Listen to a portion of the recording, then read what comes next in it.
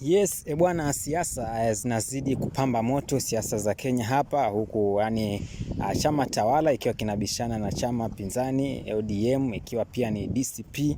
Unajua sasa hivi vyama vimekuwa ni vingi.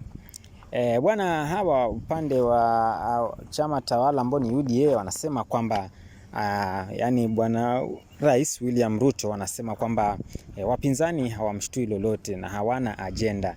Kila siku ni kutaja tu jina lake, wanasema mara Kasongo, mara sijui nini, hawana agenda. Kwa hiyo hilo jambo halimshtui, na kutokana na hawa wapinzani hawana agenda, basi ataweza kuwanyorosha asubuhi na mapema, huku akimaanisha kwamba yani hiyo siku ya uchaguzi ataweza kushinda na mapema tu.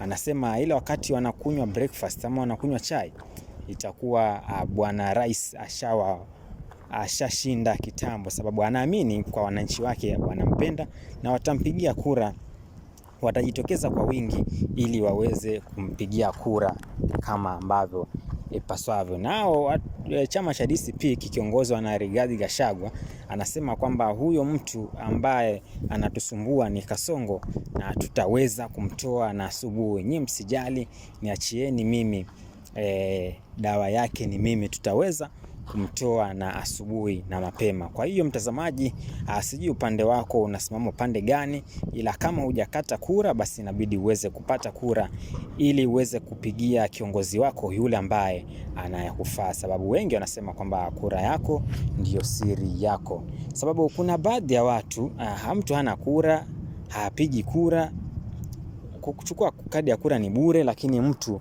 anakaa pale hana kadi ya kura, akishaona kura zishapigwa, kiongozi ashapatikana, anaanza kulalamika, huyo jamaa alipata vipi, alishinda vipi, wakati hajui kuwa hiyo kura yake moja ndio ambayo ingemsaidia yule kiongozi mwingine. Kwa hiyo kijana, kama uko pale na hujakata kura, basi inabidi uweze kupata kadi ya kura ili 2027 ambao ni mwaka ujao tukutane pale kwa debe, umchague rais wako unayempenda, sio rais tu bali hata mbunge, MCA wako yule ambaye unampenda. Bwana, kwa sasa zidi kuwa nami mshikaji wako wa Siasa Tamu Media, utakuwa unapata habari zote za siasa hapa. Zidi kusubscribe, zidi kulike, zidi kushare kwa ndugu jamaa na hata pia marafiki zako ambao nao wangependa kupata habari hizi nyingi za siasa kwenye nchi yetu hii